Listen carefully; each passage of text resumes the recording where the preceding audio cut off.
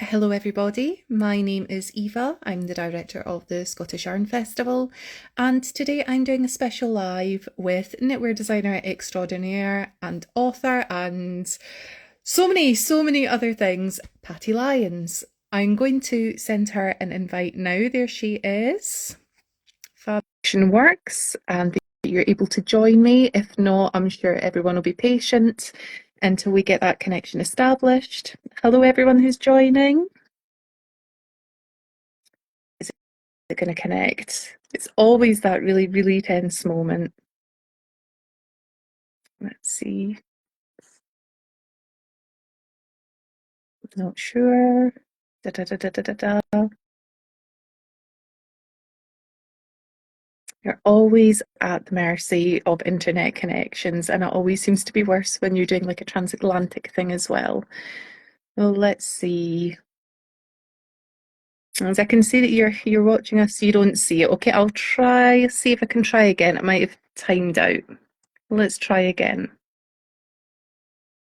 There we go. I think I've got an invite through. That's fine. We'll do that. Go live with Patty Lyons. Let's see. It's saying that you're not able to join me, Patty. Let's try again.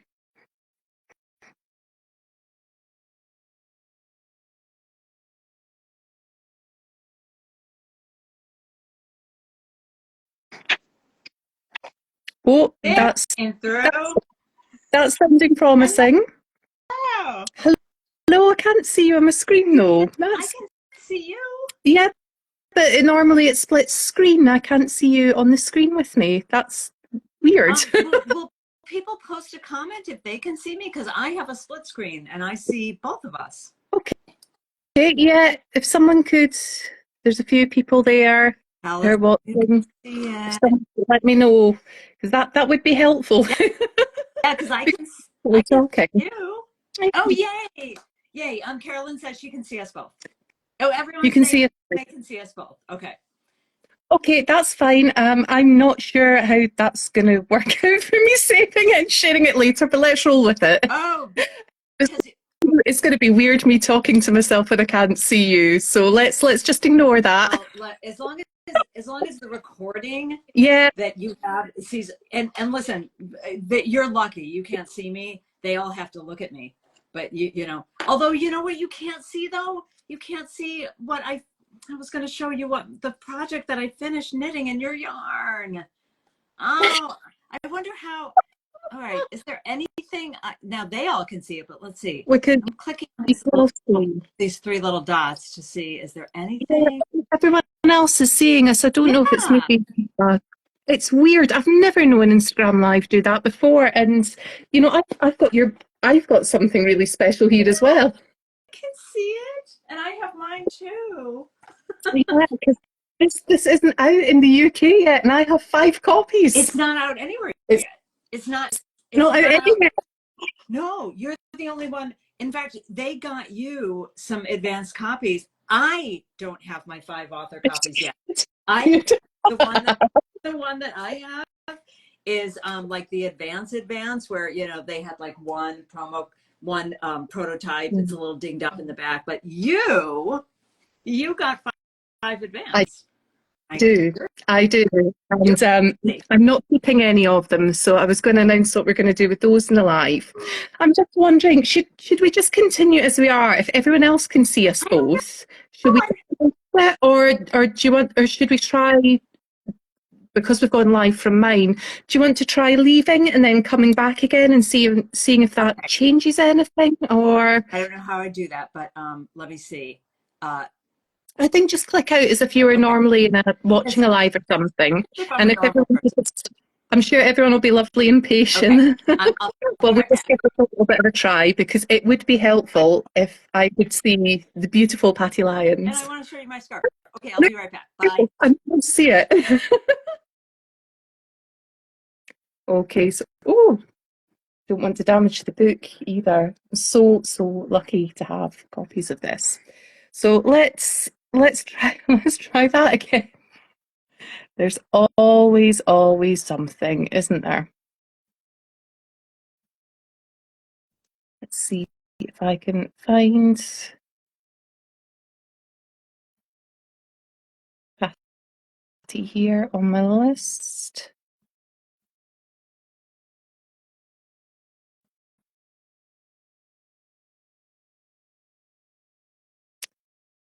Like to join? No.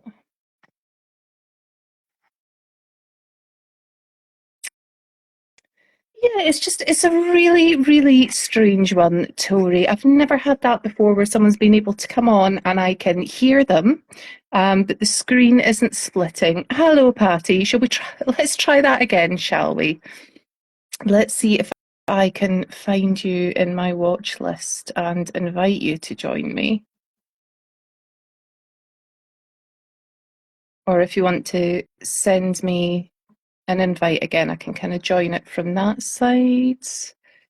Whatever's easiest, because we've got the usual bots asking to request to join, which obviously I'm not going to do. Right, okay, there we go. View the requests. There we go. Let's try this again. Go live. So it should be connecting again now. And let's see. Patty Lyons turned on video. Okay. See me? No. I can see us both. You know what? I think let's run with it. Let's run with it. It's just one of these things. The problem is that when I send you a request versus you send me a request, I don't know, but I can see you. Yeah, I mean, I've done it. I've done so many Instagram lives over the years and done them both ways, and this has never happened. But it is what it is. So well, I hope the video you're recording shows us both, because then you can see the scarf that I made. Well, the it's not a scarf; it's like an infinity towel that I made from your yarn.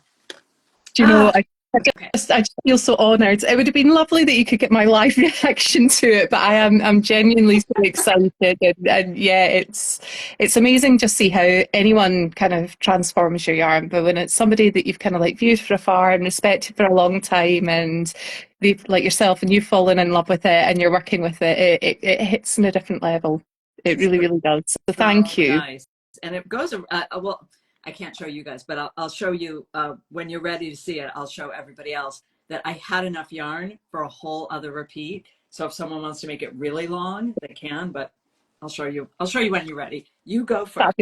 I'm going to have a coffee. Hi, everyone. I'm so glad everyone else can see us both. Yeah.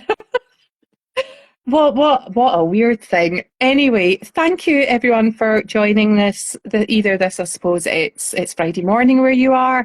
I've had almost an entire Friday here, and it's definitely been a Friday.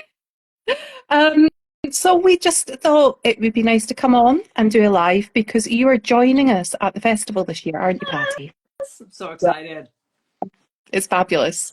So you are coming in with two hats on, I suppose. You're coming because are you the guest host, or are you leading the tour group? It's my group that's coming. We work with Knitting Tours, and they help put together the whole trip. But I'm hosting it, and yeah, it's sold out in like we went to the wait list in about, I'm not exaggerating, I think it was 2 minutes, which was wacky. So yeah, everyone's really, really excited to Scotland. I did a YouTube live last night, just showing off the yarn that I got in my vacation on Norway and Iceland, and a couple of people that were on the live are coming to Scotland. And they were comments like, "I'll see you soon. I can't wait. It's so soon." People are like packing already. Yeah, it's 3 weeks. I know we're just finalising, putting the last tweaks on the floor plan, getting that ready to go to print, and it will be up online before we get the print copies and things through. So we really are in the final stages of that now. I'm so excited to be welcoming you all. So what's your itinerary for the trip then? Because you're not just coming over for the festival. What else is it that you're doing? My gosh, I would have to like bring up my itinerary online, because my brain is so fried. I just come from Norway and Iceland. I'd leave for Colorado on Wednesday. So my time zones are nuts. But we are I'm bringing it up. We are going all over the dang place. And we start in Edinburgh, and then we go to the festival, and then we travel about, and then we'll end in Edinburgh. But we're going to be taking classes. I get to take classes. In addition to me running a class, I actually get to take a class, which I'm so excited about. And it's so embarrassing that I don't have my itinerary Don't, memorized, but don't worry about it. I if mean, anyone I wants to see where we're going, just go to my website and you'll look at the Scotland trip, which is sold out, but the Madrid trip is coming up in February and we still have 7 spots. But the Scotland trip is bucket list for me because I've only ever been to Edinburgh. That's it. see, that was my next question because I was thinking that I wasn't sure if you'd ever been over to the UK. Oh yeah, I've been to the UK. You know, I've traveled a lot in England, and I've traveled in Ireland. But the one that this the time that I went to Scotland was pretty funny because I'm trying to remember where we were flying. We were flying someplace else, and I don't remember what the trip was, but the fare was much cheaper if we flew into Edinburgh and then took a train. And so I was like, okay, we'll book that. But then I'm just scrolling through comments. But then we were having so much trouble finding a place to stay. It was like insanely difficult. And then we look at the dates. It's the Fringe Festival. Ah. So we did find a place to stay, and it was amazing to be there during Fringe. It was we just were up early in the morning, and you know, some of the theaters start running stuff as early as like 10, and there's music on the streets all the time, and it was just it was brilliant. But that was it, 48 hours, and that's all I've seen. So I'm really excited to, you know, travel around the country more. Yeah, it's the festival's on at the moment, the Edinburgh Festival. So just to confirm, it's not Edinburgh Yarn Festival that we're talking about here. We're talking about the whole Edinburgh International Fringe Yeah, Book Festival.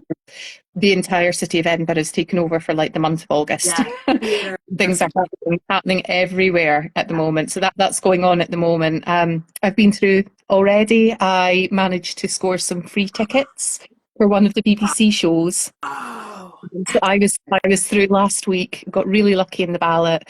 My friend Rona and I went through. We went to see a Scottish artist called Hamish Hawk and a band from Glasgow called the Joy Hotel, who have just released their debut album, and they played it in its entirety.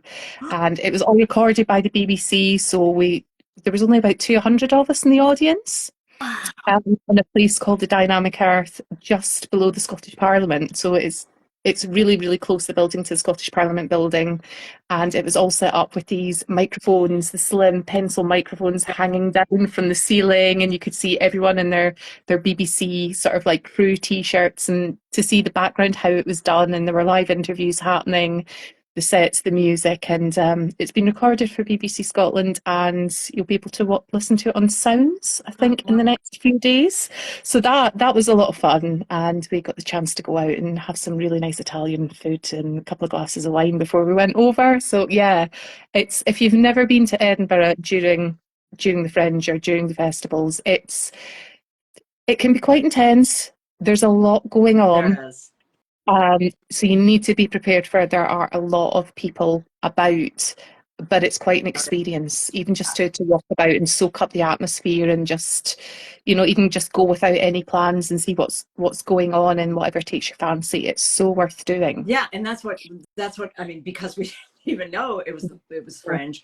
We went with no plans. And the craziest thing is, because both my husband and I used to work in theater, I was a stage manager for 22 years, is the first thing we see, I think, on the train, I don't know whether we did a train from the airport, I don't remember, but our other New York actors, because everyone's there with their Yeah. and we saw we saw a one man, it's a little hard to explain. Okay. It was a one-man show of Macbeth done in 45 minutes, but all the characters were from The Simpsons.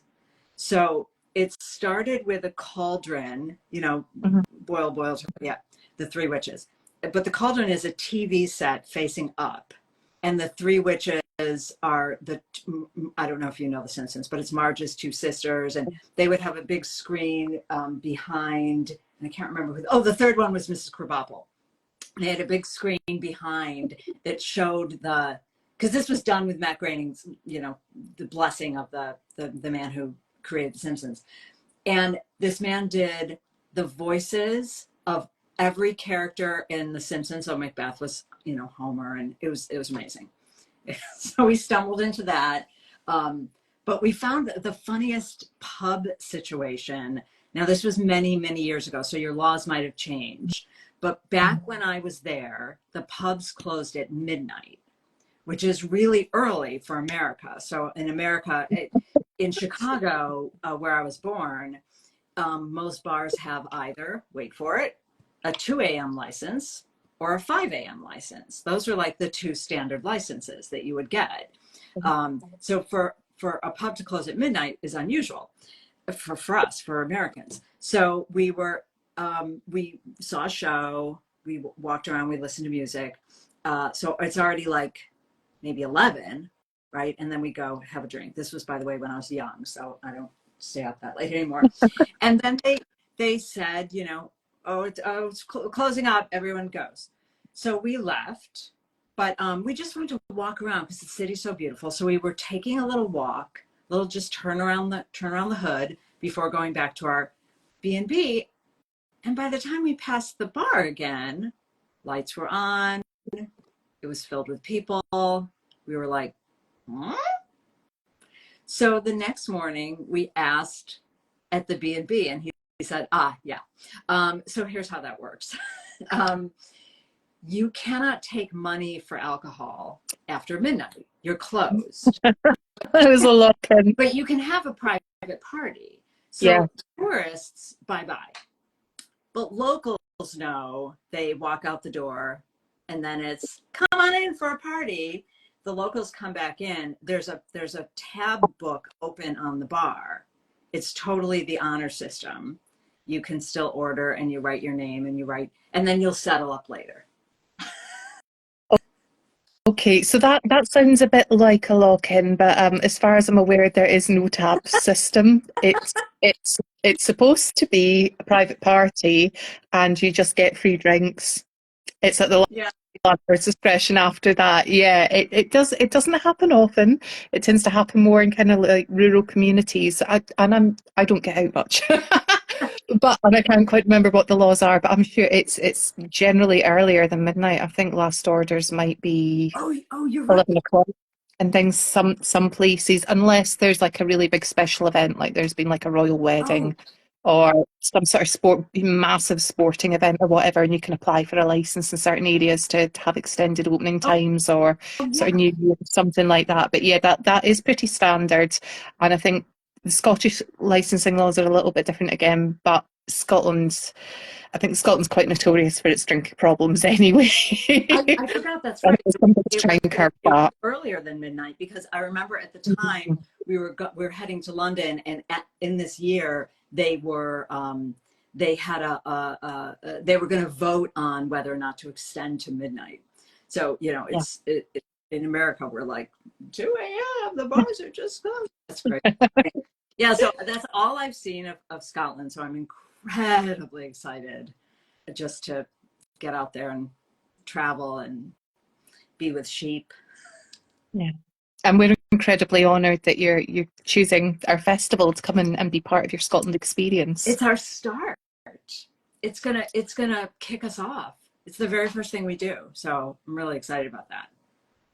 Fabulous. I'm so excited about that. I'm just sort of like just checking that everything's still fine. Saw it last night. It was gorgeous. Lots of people joining us. So looking forward. Ugalori 54. We're looking forward to welcoming you. Oh, so many comments. I'm trying not to lose this. while we're talking, I'm just for 2 seconds, I'm going to try pressing a couple of buttons on the screen just to see if maybe Instagram's done some sort of weird update, if I can get some sort of split screen. Okay. Because what Reading. happened, I seem to have like, all of a sudden I've got like a grey line that's on the split screen, but I can still only just see me, which is bizarre. It's absolutely bizarre. I'm just going to answer so Patty's still waiting the workbook in German. Do you know when I can buy it? So the workbook's not even out yet anywhere. So the publication date is October 1st. I know that I heard from my publisher that our German co-edition was sold already. Where's my German? Oh, it's way over there, which is wild because normally a book is published first and then you sell translation rights with a co-edition. But hold on, I'm going to grab the German edition, which is right over here. But the German edition, here I am. But the German edition did so well. This is the German edition of the book that, and we have the Japanese edition. We just sold the Italian edition and the Korean edition. That the workbook was sold already. So I don't know if it comes out around the same time. I know translation takes a little while, so might not be October. Oh, tell us more about the festival. Oh yes, tell us more about the Yarn Festival. They're like, enough with the theater and the music. We'll go back to the books then, because the books really are important. The festival's a bit different this year. So if you are new to the saga, the Scottish Yarn Festival used to be called Perth Festival of Yarn, and it's been going on annually since 2016. Even throughout COVID and we couldn't meet in person, we did things online to keep everything going. So we haven't had a single year off. I didn't know that. Since we've started. Yeah, we did all sorts of kind of different things to everyone else, and went online, and then had a hybrid and back to in-person events. But we lost our venue. We lost our venue round about sort of Christmas time. It was a particularly black sort of December, January for me. I really struggled to find a new venue in Scotland.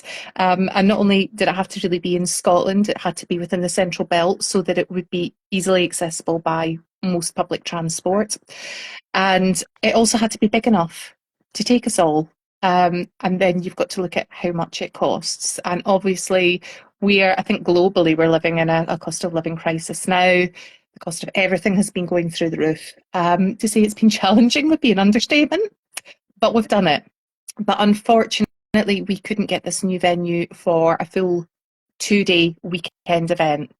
So what's happening this year is that what we're referring to as the festival, which is primarily the marketplace, is happening on one day, which is the 7th of September. That will be at Errol Showground in Perthshire. So you go all around Scotland and you end up practically back on your doorstep. This new venue is about 10 miles away from where we were before. So it's situated sort of 10 miles between Perth and Dundee.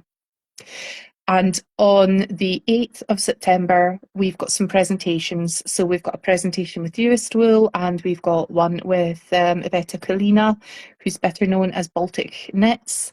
And that's happening within Perth. That's happening at the Royal George Hotel in Perth. So we've still got a weekend, but in the messaging that we're giving out, we're saying the festival is on the 7th. And that's just so that people don't get confused, because I know that could be confusing. We do not want people turning up to Errol Showground on the 8th thinking that they can get in, that the festival's open, when it's not. So that's what's happening there, and why we've got a few sort of changes going on this year. But in a way, this new venue is a blessing, because no venue's perfect. Yeah. And we've got a lot more space than what we had before. And we're not filling it. We are not just going, oh, we can have more vendors then. That's not what this is about. What this new space is allowing us is giving us the opportunity to open up more to exhibitions and to bring in more sort of charity partners, things like that. We've got full control of catering now. So we booked them, and then they won the Scottish Street Food Awards. Planet G are bringing their vegan street food to us. And they'll be directly outside the main hall where the festival's happening. We've got pizza geeks coming with their Neapolitan style pizzas and coffee vendors outside and things. If the weather is glorious, and I'm jinxing it now. No. We've had good weather every year for the festival. Last year it was actually 30 degrees. We do it in Celsius, so it was really hot. We had a heat wave last year. Yeah. It was 30 degrees at 9 o'clock in the morning, and I was worried about people getting dehydrated. So it was too hot for anyone to wear their knitwear. But if it's good weather, it's out on what was historically an RAF Royal Air Force airbase. So it's all flat, and they've still got like all the old runways and things there, but it's grassy, so you can go and sit outside and have a wee picnic with your food if the weather's nice, if you want to, or you can bring the food back into the hall where we've got additional seating areas. In terms of vendors, we're probably about the sort of like 50, 55 mark this year. It's slightly less. Part of that, I mean, there's always reasons. We've got some vendors who've been with us every single year, and then there's one, and I'm not sure if I'm allowed to disclose who it is. She's not going to be at the festival this year because she's getting married. Oh. So you've got weddings, you have births, you have special occasions, things happen, illness happens, plans happen. Because it's a leap year, it's been a leap year. All the dates have been shunted. So traditionally, we are the second weekend in September. And if we did this, we are still, the 7th is the second weekend in September this year, but some people would argue that it's not. So there are a lot of festivals in the UK now. When we started off doing our yarn festival, there was maybe 6 or 7 yarn festivals. There's now over 200 yarn events in the UK in a year. So you end up getting multiples in the same weekend, and for the last few years we've ended up clashing. There's been other events happening in the same weekend as us. So for some vendors that is a 2-day event and it's a bit closer for them to drive to. So we understand that they've decided to go there this year. But even though we've got slightly less vendors this year, that doesn't kind of equate to the size of their stalls. That doesn't mean that they're all tiny 6 foot by 6 foot. We've got a lot of vendors who have double stalls, triple stalls. Celie McWheely has a quadruple stall, and her Explorium, where she will have spinning wheels and weaving looms and all sorts happening. So it's still a sizable festival. We are the Scotland's largest and continuously running yarn festival as well. So the dates for 2025, we have provisionally booked those, but we're not releasing those at the moment. We want to see how that goes in this venue before we publicly disclose anything. But we do have a newsletter on our website if you want to go and sign up for that. We have 2 events in the year though, so what I can tell you is that our Scottish Wool Producer Showcase, which is different, that is returning to Perth. We've had to find a new venue for that as well, and we'll share which venue in Perth that is after this event. Again, we don't want people to get confused and go to the wrong venue. But that's happening again on the 22nd of March, and that will be our 4th of that event. What's different about our showcase is that it's like explicitly Scottish wool producers. So you're meeting shepherds, mill producers, because we've got very few mills left in Scotland now. People within those sorts of industries. We do let a few who are based in Scotland, like hand dyers who are based in Scotland but are using specifically British wool bases. We have a few of those, and we make it explicitly clear the difference there. Right. And part of the reason for setting up that event is that a lot of these producers and farmers and shepherds can very often get overshadowed by the cult of personality at the bigger festival. And often, they could be, a 5-hour drive away from civilization in very rural Scotland with limited, broadband access to do all the social media things, the animal care and husbandry absolutely comes first. And when you're doing that and running a working farm and, when do you find the time to then do all these other things? So the showcase ended up being a bit of an offshoot. That's my passion project. And from that has come my own yarn brand as well, which is And just coming up its first anniversary. So it's if you want something done, give it to a busy woman, right? now, are there animals at the other festival? There's not. Okay. My personal there's two reasons for that. The first reason is that it causes a lot of problems in terms of insurance Oh, when you okay. bring humans and children Right. and animals together and all the communicable diseases and everything like that. And on a second point, is just and each to their own, so no shade on any other events. But you need to remember that a lot of these they're farm animals. They are rural. They don't have a huge amount of human interaction in their normal day-to-day lives. And then you're bringing them into an environment that, there's thousands of people, it's loud, it's busy, and they're penned in for our entertainment. And I personally don't feel too comfortable about having that at my event from that point of view either. So even when I was out in Rhinebeck last year, I didn't go anywhere near the animals. And I know that's an attraction for some people and it can be well managed, but I don't feel particularly comfortable with that. And that's just a personal thing. Right. Well, at Rhinebeck, a lot of the animals those are the show animals that they do. Yeah. They the they're in kind of like in America we have 4-H. You have these farm shows where it's best of breeds, and Yeah. so the animals that generally go to Rhinebeck are the animals that are kind of the show animals that have been at all the shows where they're showing all the this specific breed and that specific breed, and they do the competitions with, and a lot of them are with kids. So the 4-H club is these kids that have, it's sort of about the grooming the next generation of farming and really wanting to make sure that that stays alive. So in America, that's really important because we don't want our farming and our animals. We don't want that to die with this generation. So the 4-H clubs are so important to get kids really involved with raising the animals and caring for the animals, and then they're really proud to show their animals. So it's a kind of next generation thing too. But I totally understand what you're saying. Yeah, it's not quite the same case, and certainly within Scotland, it's not quite the same with that. And I think because we are a much smaller country as well. I mean, even I stay in Perth, and if I go 10 minutes in any direction, I'm out in the Right. countryside.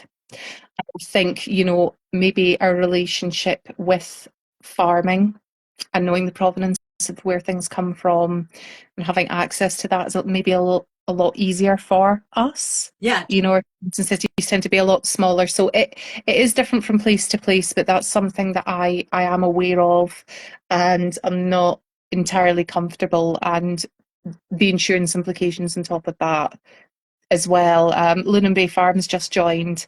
Gillian does fantastic things. I mean, she's now branched out into agritourism with her Wow. farm, and you can specifically go and visit her cashmere goats. She's producing the first ever actual Scottish cashmere in 30 years. So she takes part in our Scottish Producer Showcase events. So obviously when she's got events there, and you can go and meet the kids, and when the cashmere goats, once they've reached a certain age and they're ready for human interactions and they're confident in that, you can actually go to the farm and you can do things like that. So we have more of that kind of happens here. And I think I'm more comfortable with having that sort of setup, that if that's something you've got a specific interest to do, you can go and do that, and those animals are more comfortable within their own Yeah. surroundings, with Well, their own humans about all the time, rather than you coming to a festival, there's thousands of people about. It's the way that noise can amplify in certain areas if you're inside and in buildings and things like that. So this is yeah, we don't have any wonderful Yeah, so long explanation to say why we don't, but there are some events within the UK that do. Yarndale do, and Wonderwool do, and I think they probably have more kind of like show animals at their event. I wouldn't say it's maybe exclusively show animals, but certainly there are more show animals that are a little bit more used to that there. There's a yarn company called Long Island Yarn and Farm, Mhm. and when she is at Rhinebeck and other shows, it's her booth is just yarn, but you can. She has a big outreach program and works a lot with kids where you can come to her farm and meet the llamas, and she does llama walks, and that kind of outreach I think is so important, particularly in cities where, coming from, I'm pointing to my yarn, coming from Iceland. I just came from vacation in Norway and Iceland. When you come, and same with Scotland, when you're in countries where the the agricultural pride, the raising animals, farming is so much a part of the culture that it's not like this foreign thing that you have, like in American cities that you have to expose kids to, like, this is what animals are. This is where, your clothing comes from. So I think, it's great in to get city kids to like understand, that, and also the thing I love about some of the farming accounts that I follow, like Wing and Prayer and Long Island Yarn and Farm, is showing that it's not all puppies and kittens. Like, Yeah. raising animals is hard work. Tabitha will often have Instagram lives where it's like 2 in the morning and she's asleep on the floor of the barn again because she has to spend the night with a sick animal and can't leave them. And it's hard work, and we just, It's, I love the accounts that really show the glimpse of real life, not the Instagram life of raising animals, but like the real life of it. So where now? Tell me where I'm holding your ball band here. It says slow grown in Scotland, spun in Yorkshire, transformed by you. So mhm. can you tell me a little bit about your beautiful yarn that I'm holding in my hand that you That I can't can't see you holding in your hand with this beautiful scarf that you've knit. see? So yeah, normally if you're trying to produce a yarn brand, it takes over a year and you just maybe have a colour or two. Generally, you start with natural shades, maybe one thickness, like in the UK we'd call it like four ply, or well, you've got double knit in the US as well, but we tend to use the term four ply more than fingering, but it's kind of the same thing. I produced that within 57 days of picking up the phone and starting to make my first inquiries about it, which is kind of unheard of, and went straight out with, I think it was 9 colours and two natural shades in both four ply and DK. Um, Love my color. I'm looking for the color name. Where is yeah, it? you've got Anderson. You've Yeah. got Anderson. Yeah. Yeah, so they're all named after Scottish clans. Oh. Um, I work with a mill in Yorkshire. It would have been lovely to have a mill in Scotland, but there are very few mills still in existence here. The turnaround time would probably be looking at over a year every single time we needed a batch processed, Wow. and which is quite standard for like a lot of our actual farm producers. So some of the people that you'll be meeting if you're seeking out those particular vendors at the festival this year, the likes of Caithness Yarns and Lammermuir Wool, it can easily be a year, and sometimes they're right up to a couple of weeks before the festival going, I've still not got my delivery through. It can be quite tense. So that kind of ruled that out for us. And I think I spoke to the Border Mill. So the Border Mill is probably the most well known of actual spinning mills that can spin. Well, they actually specialise in alpaca. John and Juliet are amazing, and I spoke to them, and they wouldn't actually be able to produce the type of yarn I was looking for anyway, using their machinery that they have. So that's why it's spun in Yorkshire. but I've got a fabulous team there. There's about 8 people at the mill involved with every single skein of yarn that we produce. So every time that you buy our yarn brand, you are helping to protect those jobs. And we do sadly still have farmers within the UK who are burning and burying their fleece because it's costing more to shear the animals, which they have to do Yeah. for their health and well-being, That um, was a than huge they discussion get. in Iceland. Yeah. It's a giant topic right now, burning fleeces and how and people really putting their brains to how can we make better use in multi, so many different ways, like the gardening fleeces Mhm. and the pellet. I mean, the wool is so amazing. So yeah, that was a huge topic of conversation. Yeah, It's a issue. it's been going on for a while. It's I don't think it's quite as bad as it used to be, but it's still ongoing and it's not talked about quite so much. So, from an environmental point of view, and just being kind of passionate about being more involved in the Scottish wool industry, it's like what better way is there to do that than to put my own money where my mouth is and do this. I live in my own single income household. Last year I took, it's not a gamble, although it kind of is. It's an investment, but I took a massive leap of faith and invested all the money that I was supposed to use to live on and pay my bills for the following year into launching that Wow. yarn. Yeah, yeah, Well, yeah. I love working with it. One thing that I did never used to notice, but there was a micro mill. It doesn't exist anymore, called Northlight Fibers on Block Island. And Sven, who ran it, showed me that when you take his skein, the hank, and untwist it and hang it on your hand, how well balanced it was. And I never thought about that. I never noticed that when I would, because we undo a hank, we pop it right on a Swift. We don't stop and look at it.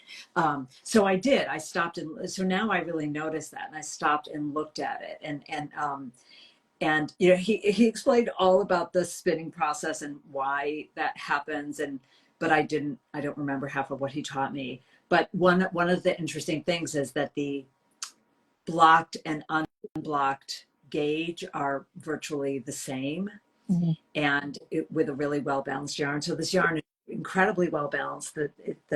I'm going to hold this up, but no one, you can't see it.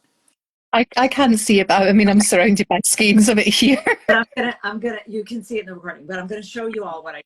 So this is the I'm one. going to go and grab what I'm working on while you're doing that, and I'll show it off here. This is one skein, and just one, and I still have this much left over, which weighs enough for a whole other repeat. So because I'm teaching a short row class in the festival, I mean for my group, not at the festival, excuse me, for my knitting group, I did all these different short row techniques so you can practice all four. And the way it works is you don't even have to graft. When you put it together, it's just a 3-needle bind off, which makes that visible ridge, which really just blends right in with all the purl ridges. So one repeat, if you just feel like doing one repeat, will just make a cozy cowl. 2 repeats will make more of a drapey cowl.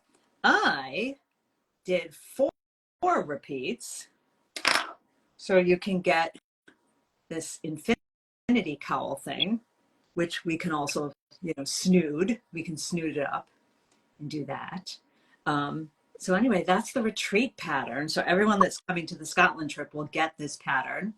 And should I tell? No, I'm not going to tell them the surprise. Yeah, and you're also going to get a surprise when you go to the Yes, festival. there's a surprise, and I'm going to have to watch this back to see what you've just shown everyone. I'm working, I mean, it's hashtag sample season here at the moment, and I'm trying to get various things kind of finished in between all the admin here for our own yarn at the festival. But just to show you, Is that's that's the color? that's all cables. So this, no, it's a different color. This is in Bruce, which is, it's a paler blue. Oh yeah. This is I think it's the Brishan. I think that's how she's pronouncing it. Journey Through Yarn. She is an emerging Scottish knitwear designer, and I've got that upside down. Not that I suppose it matters, just to kind of show off the cables. But yeah, she's an emerging Scottish knitwear designer. She will be at the festival. She's got a stall. We've got a number of designers who've got their own stalls, and I've kind of put them all together, drafted them all together in the floor plan this year, just so that we've kind of got like a section doing that. But just to give you an idea that this is unblocked, like the stitch definition, that's the DK weight. So yeah, I mean, I'm biased, obviously. I'm very, very proud of the yarn brands, just how it's been received, just creating it, how it's been received. We do have stockists in the US, so if you can't get over to the festival and would like to get your hands on it just now, we've got the Bloomin' Spindle in Chicago. There's the Unruly Stitch, who is in, I want to say that she's in Boston, Massachusetts, but I might be. Well, I just Googled when I was looking, when I was trying to see if Anderson, the color still existed, because I got this from you in Rhinebeck. I just Googled Scottish Yarn Festival yarn, and the first hit was a bunch of stores that carry it, but that also sell it online. So you can also order it from some of the stores in the US that stock it, also have an online store. We can. So our flagship stockist is the Willy Thistle, and they've just got a new shipment. That was four large boxes went out to them. That in fact was the first hit on Google. Now that you said, so they want to know how many colors there are. Yeah, Tori, I think it's 14 in total now. Excellent. I think it's 14, yeah. It's Western Massachusetts. There you go. It's just outside Boston. So we've got the Bloomin' Spindle, we've got Unruly Stitch. There's a few other people that have reached out to us. There is someone who teaches classes in California. She took in a wholesale order for a class. And the Willy Thistle's our flagship. In fact, they have just got the Aran weight. So we've just got Aran weight, and we're just trialing it at the moment. It's in our two of our neutrals, in Tate and in Baird, and it's available now. So they've also got a bricks and mortar shop that they've not long opened, as well as online. Aran weight is are you going to be? It's the same as worsted. We're going to have it at the festival as well, but it's brand new, and we're not even selling it yet. And the Willy Thistle have just got it exclusively in. Do you know, and you can say I can't answer this if you can't, but do you know if you have plans to expand the color range of Aran? We could easily do it. So the way that it works is every time I need to restock a particular color, I need to get 20 kilos. Got it. That color, which is not an unsubstantial amount of yarn. And a minimum, every time I go to the mill, it's a minimum of 100 kilos. So it's a lot. We're talking huge quantities of yarn here, but within those 20 kilos, I can split it down into whether I want X amount of that in 4-ply, X amount of that in DK, X amount of that in Aran weight. But the minimum sort of spin for each is 4 kilos. So every time we want to do something and test something out, it is 4 kilos. Okay. So yes, yeah. In an ideal world, what I would like is to have everything available in the Aran. But again, we're still quite. It sounds, the Scottish Yarn Festival is grand, and I suppose it is grand, but I am like the sole employee. It's my business. It's a small business. I run it. I bankroll the whole thing and the yarn. So, growth has got to be sustainable for it to be lasting. So I'm just, the yarn, I seem to have created a beast here. And once you create the beast, you've got to feed it. I understand. So we all have to be patient, is what you're trying to nicely tell us. I know. I want all the things. I want all the colours and all the weights, and I want them now. But I can't. What's the best place to order in Europe? She lives in France. the Woolly Thistle ship worldwide. Okay. So I would say that that's probably your best bet. I do sell the yarn myself. It is technically down from the website at the moment. And that is just due to the fact that we've got ticket sales up there and trying to, do electronic sales of tickets, plus yarn, plus me needing to be in for couriers, dropping off tote bags and books and, your books and all these sorts of things. Or, oh my goodness, I need to go out and do another site visit because something else has happened. I can't really commit to having a good schedule at the minute for shipping parcels myself. So that is temporarily down, but anyone can always just drop me an email through our website saying I'm looking for X, Y, and Z, and I can put a PayPal invoice together as well and ship. So there are options, but definitely if you're in the US, go and support the bricks and mortar businesses as well. It's important to have everyone and support all the parts of the businesses that are involved in this industry, because there is a community. Obviously there's a knitting and there's a crochet community here, but there's an industry that operates within that as well, and I think we need to kind of support everyone on that. For sure. Definitely. Absolutely. Should we talk a bit about your book? I'm not sure how long we've been talking for. I can't see the thing. We got to be talking about yarn and sheep and No, and I'm loving it. I'm absolutely loving it. But this is supposed to be like your special your special thing today. So yeah, so you got your hands on 5 books. My publishers are very nice because I begged them. Is there any way it'll be available? 3.5 weeks early, which the answer is no. I mean, how hard? We all panicked when there was the bridge collapse in Baltimore, because that's where that's where books come in. That's where a lot of shit comes into the U.S. So things seem to have settled down. But yeah, you got the workbook, and I'm going to sign the other book. Yeah. So what we are doing is, because in an ideal world we would have had your workbook for the festival, and we can't get it. So we have got Patty Lyons' Knitting Bag of Tricks, the original book, which this one is a companion to. Yeah, the workbook is the workbook of Patty Lyons' Bag of Tricks. Just like anytime you have like a book, like it's a very popular thing that I knew nothing about, but a friend of mine was in a journaling company, and she's like, oh yeah, workbooks are when you have a book, whether it's about gardening or cooking or meditation or self-help, and the book is just telling you things, the workbook then is about you doing the things. So it takes the book and turns it into a hands-on class for you. So like I say in the book, most of the pronouns are we, like when we do this one, but the workbook is all you, because it's about you and your knitting and you doing, working through the swatches and everything. So Knitting Bag of Tricks is available to pre-order on our website now for collection at the festival. And then I believe it's between 11:15 and 12:15. You will be signing copies. I will. At the festival. Now, we will have a limited amount of copies to purchase at the event.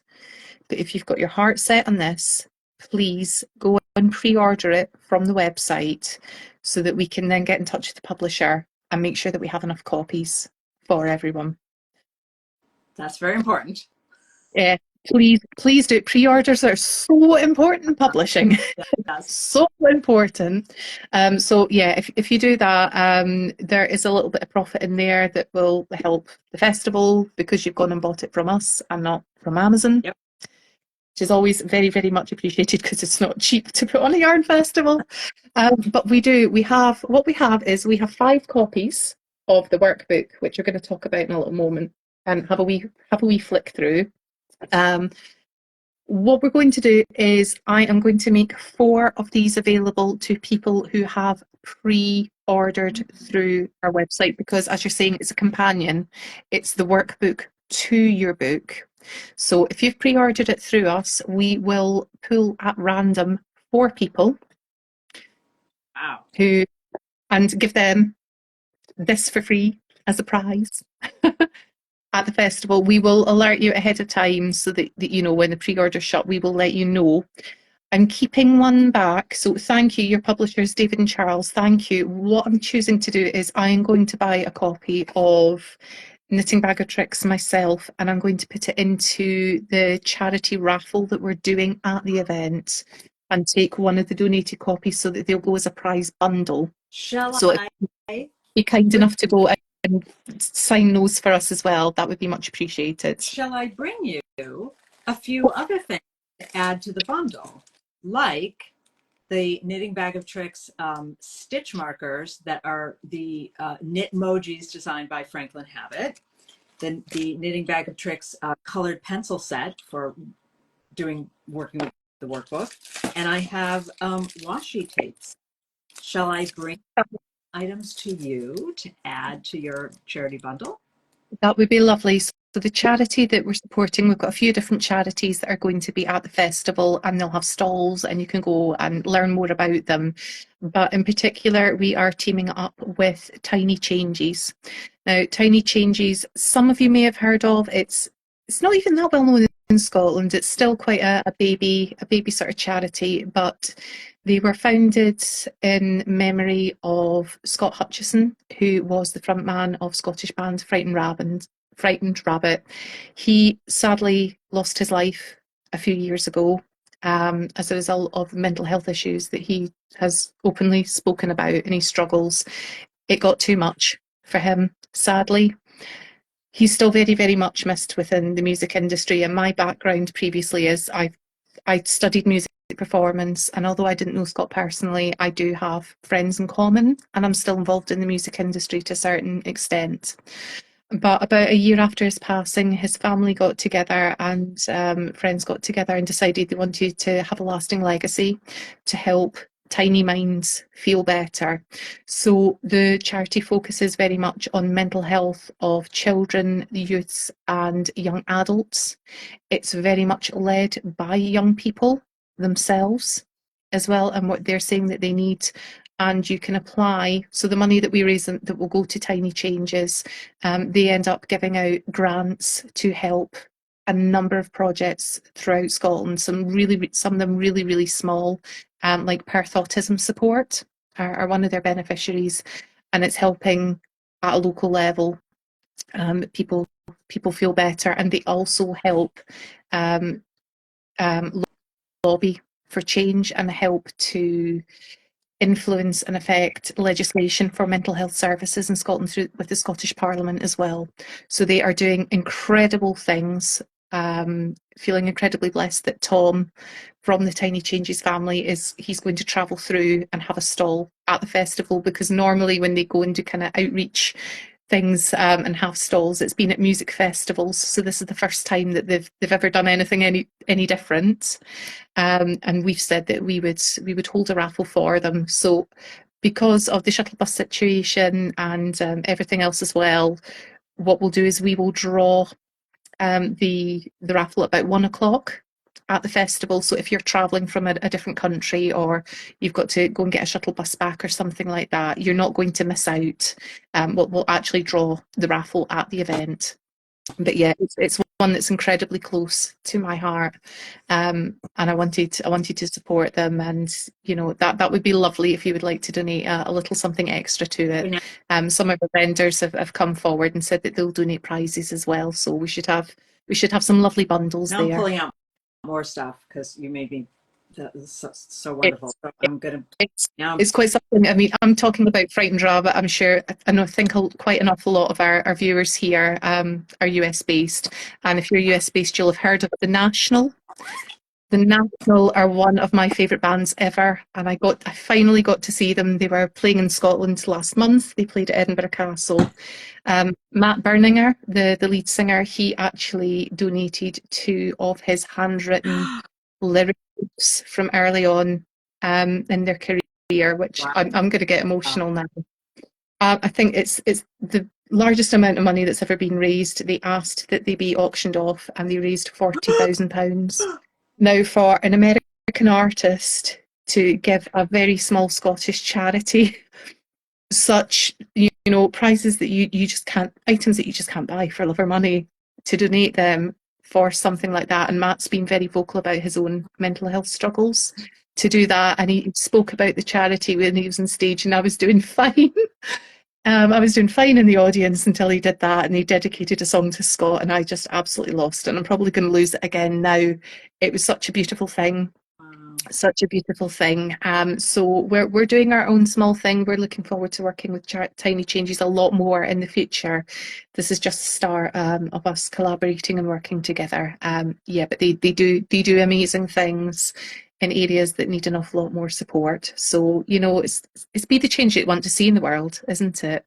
And Tiny Changes, the logo is actually one of Scott's doodles, because he did a lot of artwork as well as being a musician. But there's a line in one of their songs that says, "While I'm alive, I'll make tiny changes to Earth," and it's the charity's been named after that. So yeah, wonderful to have them there as well. We're also going to be hosting the first ever menopause cafe at a yarn festival. What? There's all sorts going on this year. So moving to this new venue gives us more of an opportunity to do more work like this too. Wow. That sounds amazing. Oh my God, I'm so excited. So yeah, I But yeah, also grabbed big national fan here. I'm bringing you a little bag of goodies here, a Notion bag filled with other goodie things. So it'll be a larger package for the Thank charity. you. Thank you. So, but yeah, so part of one of these prize bundles, will be your book and the workbook. And I was watching, I don't think it was a reel, but I know that I was watching something of yours on social media the other day.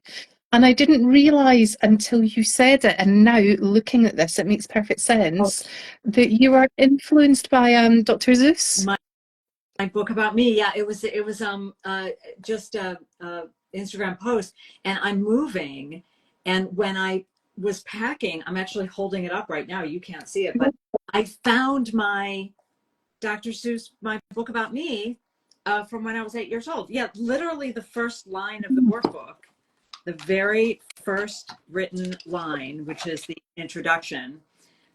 It's the preface. Why a workbook? Your book about knitting says, when I was a kid, my favorite book was Dr. Seuss's My Book About Me. It's the first written line of the workbook. And there's my book about me from when I was 8 years old.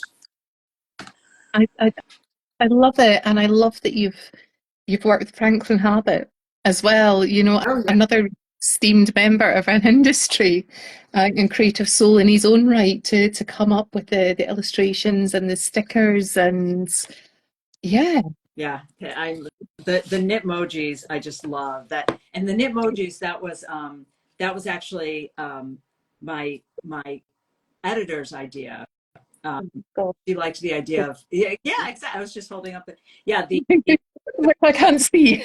we chose some common emojis, and I was at first thinking that it would maybe be what was my original thought? Oh, sheep head. But Franklin liked the way that you could anthropomorphize the little balls of yarn. And I loved the exploding head one. I love. And I love the one that he said, the only one I'm not sure how I can do is the considering one. The original emoji like has a hand, and it's sort of like, I'm kind of thinking, I'm a little confused. But he used a little strand of the yarn to be the hand, which I just thought was so brilliant. Yeah, they're amazing. They're fabulous. Some of the other stickers in it as well, I particularly love. Don't know if you can see it, the UFO. Oh yeah, with the that one is my book. My book designer came up with that one. Franklin did the all the badges, the "You Did It" and the "Fight for the Why" and the "Rip It, Rip It." Yeah, that whole page is yeah. Yeah, and he did a lot of the all of the non-technical illustrations are Franklin's, and some of them are the illustrations from the book, but then he did a lot of brand new ones for the workbook. I think my favorite is the one that spans Oh, well, I love this one, that when I'm talking about the magic of the mattress stitch, and he did the magician, and then it's poof, and there's a sweater. I love that one. Oh, but I love, this is my favorite one. The cable cast on. So it's a fisherman and he's fishing with a ball of yarn, and there's this giant like serpent wearing a scarf that's about to bite it from the other side. I love that one. I just love how it's such a charming book. It's very clear looking at it that every single point has been mindfully chosen, really well considered, put together, and it's educational. I mean, it's a fantastic resource, but it's entertaining at the same time. Yeah, You picked all of it. you mentioned local yarn stores and the importance of supporting them. And one of the inspirations of the workbook was I used to run 2 different local yarn stores. And first of all, coming up with programming is difficult. Keeping community together is difficult. Increasing sales is difficult. So I have a whole local yarn store program built around the workbook to be able to help stores do all 3 things. So if you order a certain quantity, I create a syllabus for a 4, 6, or 8 week, depending on what works for you, technique along. So the idea of, if you're a solitary knitter, for sure, you will enjoy, having your quiet time and working through the workbook and journaling, because a lot of it is about you making your observations and journaling about your knitting. But it's also really fun to do in group. So I've already had several people say, oh, me and my 6 friends bought it. We're going to work through it. We're going to meet up every week and we're going to do the workbook together, which is great. You can do it in guilds. But I thought for local yarn stores, the idea of being able to come in with your group once a week and, all trade your swatches and look to see where you're at and, and do it together.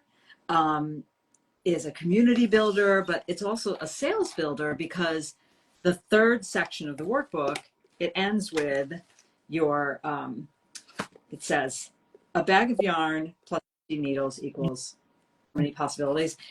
And it ends with your 12 months, 12 skill building projects. Yeah. So that's the throwdown. They like, okay, now you've done a deep dive into your knitting, you've improved your knitting.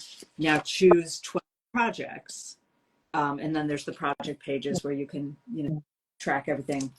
So I thought for a yarn store to be able to say, you finish your technique along, like, okay, everyone, let's now pick out yarn for your first project, like 10% off the yarn for your first project, whatever. But just to be able to keep that going, maybe a yarn store has a Facebook group for the people in the technique along. Maybe there's like fashion shows at the end of the year. But anyway, that was my vision, to really be able to, not everyone has a local yarn store, everyone has a guild, but maybe you have a meetup you could do. Maybe you just have a group of friends. But if you're lucky enough to have a local yarn store, then I wanted that to be the center of your sort of knitting fun journey, where you come and you meet and anyway, that was my thought. It's a fantastic feat of work. Aww. I mean, I would love to be in your brain, see how it works. Nope. With all these things that you can do. I mean, and am I right up about you? You are such an esteemed member of this industry. I don't think there's anything that you haven't done. Oh, there's tons. I've done incredibly well. Oh my gosh, that's a great thing about knitting, is there so many new things to learn all the time. And that's, I love that about knitting. I love when I go to a really knitting centric part of the world. That's what I'm looking forward to about going to Scotland. But coming back from Norway and Iceland, I came back with the feeling, because the talent there is so deep. It is so deep, man. And you come back with the feeling of, I can't knit at all. And at the same time, I can knit everything. Like you're inspired by both those feelings at the same time, because knitting is so much a part of their world. Yeah. Yarn everywhere. Everybody does it. But yeah, there's so many things I haven't done yet. And that's the beautiful thing about knitting. Until they put, until that shovel of dirt goes on your face, there are new things to learn about knitting. And I think that's so cool. Yeah. Well, I'm still sort of pinching myself that I'm going to meet you again. I mean, it was amazing meeting you the first time, It's but so fun to meet you. to meet you again and to welcome you, onto my home soil, to our festival, to not only welcome you, but to have you do a book signing. I'm so excited. And to have the advanced copies of The this. only So just one. I'm the only one in my home. I don't even have my author copies yet. You are that's how important this festival is. So because they're great about prioritizing when I say, like, is there any way? And I know they were really trying to see if they could get you a case, but the fact that they got you 5 and I still don't have them. You got me 5. I've been here for weeks. And I've just been very, very quiet about actually having them. But no, they've been brilliant. I mean, they're fantastic publishers. They do so much. They do so much for our industry. I've recently done a collaboration with the crochet designer Anna Kapirovich. Oh. We were together at Yarningham. And again, Dave and Charles were amazing. They knew that we were both going to be at the same event, that we were doing a collaboration. And they spoke to Anna. So Anna could only be there for one day of the two-day event. And with her permission, they let me have 10 advance copies of her book as well. And she signed them all. So we've got a few of those. So they are on general sale now, but I do have a few of those copies left that will go into the festival that are signed. Yeah. They're really supportive. And they're fabulous. And what a joy. What a joy to work with. For my publisher for a second. And not only are they very supportive of the authors, but I'm really proud of some of the things that they do and that they're doing. They just announced in the author newsletter, and I went ahead and shared it on my social media about their change in their delivery from trucks to trains, which means more time and a little more expense for them. But it's going to reduce their carbon footprint by 20%, which actually 24%, which is really huge. And that was the goal of it. I also really admire that they put morals before profits. When I mentioned certain establishments that I do not want my book to be in because of moral reasons, they were like, okay, absolutely, we honor that. And there's just not a lot of publishers who would do that. Most publishers say, but we have an offer from them. We have it's not up to you where your book goes. But they were like, absolutely, we honor that. So that's really important to me. Yeah, they're incredible. And yeah. I mean, so maybe. Well, I hope that you get your author copy soon, but this might be the first time that you're releasing it. Honestly, I would rather have you. At least I have one. I have my little prototype to a little dinged up, but that's okay. I will get my author copies when I get them. It is way more important that you got them. So just a little reminder, I'll plug it once more here. Patty will be signing copies of Knitting Bag of Tricks at the Scottish Yarn Festival between 11:15 and 12:15 on the 7th of September. If you pre-order through our website, we will have a few copies there, to purchase in the day. But if you've got your heart set on buying this and having it signed by Patty, please pre-order it through our website now. And 4 lucky people who pre-order, you'll get the workbook. And then tell us about the charity baskets. Is that a silent raffle? How's that work for? That's a side thing. That's if you turn up at the festival, you want to support Tiny Changes, go to their stall, buy a ticket or 5, and we'll draw that raffle at the event. Okay. That's something separate. But I'm going to buy a copy of the Knitting Bag of Tricks myself to donate in, and we'll take one of the copies from Dave and Charles as a donation from them. We'll put that into the raffle as a wee bundle as well. All the things that I'm holding up to the can't see. The things that you're very kindly going to pop in as well. Gotcha. Okay, so it's a raffle. It's not a silent auction. No. You just buy your That's going to be a raffle that we'll do for that, and that's just a little bit fairer, a little bit more accessible for anyone who wants to make a small donation to that charity. Excellent. Yeah. I'm so excited. So we've had a few questions in to ask you when we got you. Okay. We did say that they did not need to be knitting related, so I'm not sure if Ellen is still here. Kalukshik Ellen, she's asked what your favourite cuisine is. Oh, well, this is boring because it's not quick. I mean, all right. Well, I'll answer in two ways. If by cuisine you mean like a type of food versus food, Probably. I mean, I guess I would have to say Italian because where some people have a sweet tooth, I have a starch tooth. So if I could live on just pasta, bread, potatoes, and rice of any kind, but mostly pasta, I would be very happy. My husband always says, I can't believe you're not dead, but that's because he feeds me, takes care of all the grocery shopping. He's the cook. He's an amazing, and he makes sure that I consume vegetables and protein. He worries about my lack of protein because we're not big meat eaters, but he does like lots of tofu and amazing things. Okay, yeah, that's boring. And we've got no, it's not. No, it's not at all. I think you really get an insight into a person when you ask them these sorts of questions. We've had one that's come through on our Facebook from Jules Murray, and I think she was just waiting for this sort of opportunity to ask an expert. She's saying that she hand spins. So how's she putting it? She's like, okay, I hand spin and use the usual wraps per inch to designate gauge for wool for knitting patterns. I'm a beginner knitter. I will knit a swatch and it will be fine, but when I come to the sweater, it invariably ends up far too large. Okay.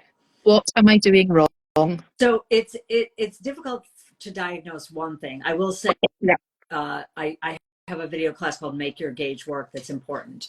But there's so many, because I can't guess at which step.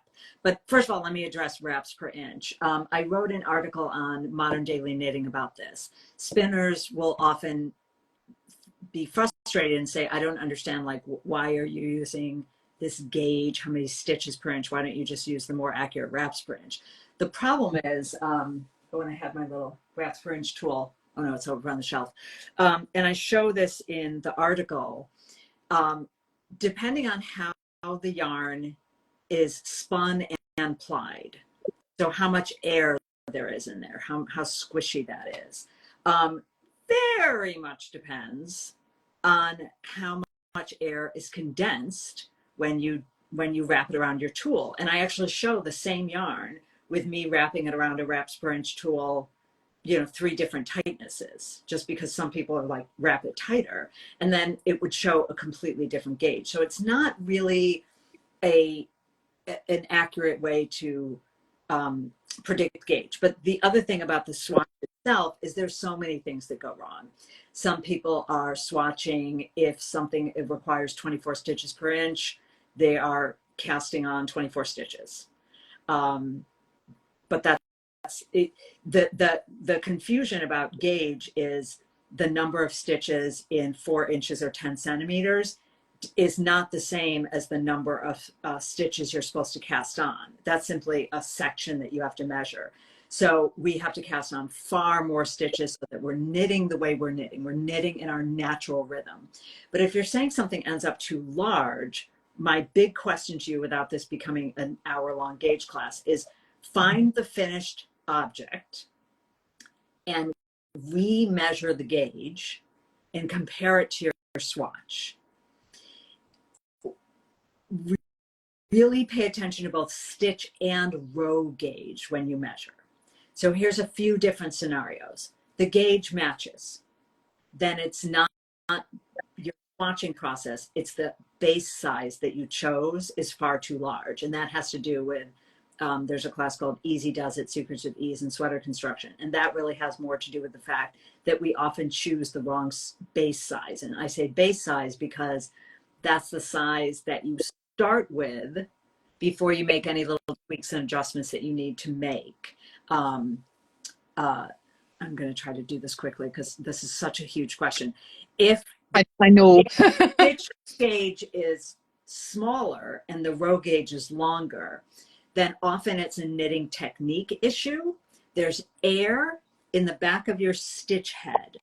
So when you make the stitch on your needle, you're not sizing it all the way to the shaft of the needle. And that's covered a little bit in chapter 1, but also next time you see me teach Build a Better Fabric, Perfect Your Knitting, grab that class. I think I have one coming up that I'm doing for a local yarn store. So what happens is unblocked. So first of all, are you washing and blocking your swatch? There's so many things that could go wrong, right? Are you, if you're knitting in the round, are you swatching in the round? Or are you swatching on straight needles? There's so many variables. It's a very big question. Yes. So I would say first thing, measure swatch versus measure finished object, narrow down what are the issues. And then I have I have an education platform that you don't have to have purchased a class to join and ask questions. It's free. It's just education.pattylyons.com. It's a subsite of pattylyons.com. And there's a free community group, and you'll see there's threads for, show off your work, life, but there's threads for technique questions. But there's also the digital classes on there, built Easy Does It, Secrets of Ease and Sweater Construction, and Make Your Gauge Work. But come on in, join the community group. You can ask questions there. You don't even have to have paid for a class to ask questions. It's just free. Come on down. That's a big question. It's a big question, isn't it? Here we go. This is a new one. Tap a question to answer. I've never had that before. Ooh. I don't know if it's actually, has it done that? Yeah, it has. So are you going to be at any yarn shops when you come to Colorado? Oh, well, no, I'm coming to Colorado to do a retreat with a yarn shop. So this is my third time that I've done it. The yarn shop is called Maker and Stitch. It's a fantastic yarn shop. And they host, they're in Edwards, Colorado, and they host a hiking knitting retreat. It's my third time doing it. I love this gig. I love it so much. So yeah, you should, oh, by the way, if anyone is in Colorado, 3 days ago, this thing has been sold out forever. And we had a last minute cancellation because of an emergency. So there is, I don't know if it's still there. Oh my God, I looked on my desk for my phone to check. My phone's right there. I can't check my phone. That's like when are you ever on the phone and then you're your phone? It's literally what I just did. Mm-hmm. And I don't know for sure, but just Google Maker and Stitch, or just go to my website and click on it and see if that one spot is still available. If you're in Colorado, you should come. It's fantastic. The food is unbelievable at this retreat. It's cooked right in front of you by the owner of the shop. We had like salmon on cedar planks and grilled vegetables with couscous, and like, she's an amazing, amazing chef. It's so good. No pasta in sight. Well, she does. There has to be pasta. Gluten-free folks, stuff for the gluten-free. It's just an amazing retreat. I love it. I think someone was just saying that they were leaving Yugalori 54. Safe travels. Looking forward to seeing you. She's just saying thank you so much for this lovely chat. She has to go. Looking forward to seeing you in a few weeks. We probably should wrap it up here, though, because you have been so generous with your time. And I know that you've got interviews and things that you're doing, other interviews and podcasts and things today as well, and you've still got the majority of your Friday ahead of you. I feel incredibly honoured I've been able to get hold of some of your time that you've come and done this with us today. So thank you. Thank you. I wish you could have seen your face when we were talking. Well, I hope that when like when you sign out and then it says, do you want to post it? And you say yes, and tag me as a thing so it shows up on my grid. I hope it's both of us and not you in a gray square. But we will find out. If not, we'll just have to treat this as like an audio podcast. There's still some amazing chat. People can go on to either your your Instagram or social media onto our Instagram social media and have a look at some of the things that we've been talking about, because we do both post about them. We'll just, these things happen with technology Well, sometimes, and it is what it is.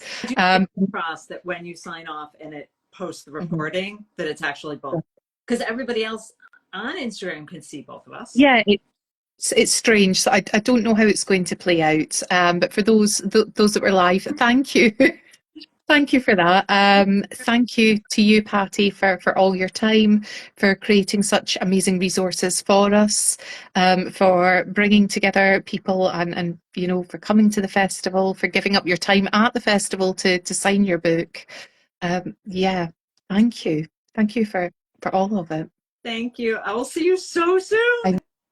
No, I'm so looking forward to it. You'll get another hug from me when I see you, and yeah, I'm going to upload this to all the places, and then maybe sit back with a glass of wine and have a wee look at this design that you've been doing in our yard. All right, excellent. Thank you. Okay, thank you everybody. Thanks for joining us, and we'll see you all again soon.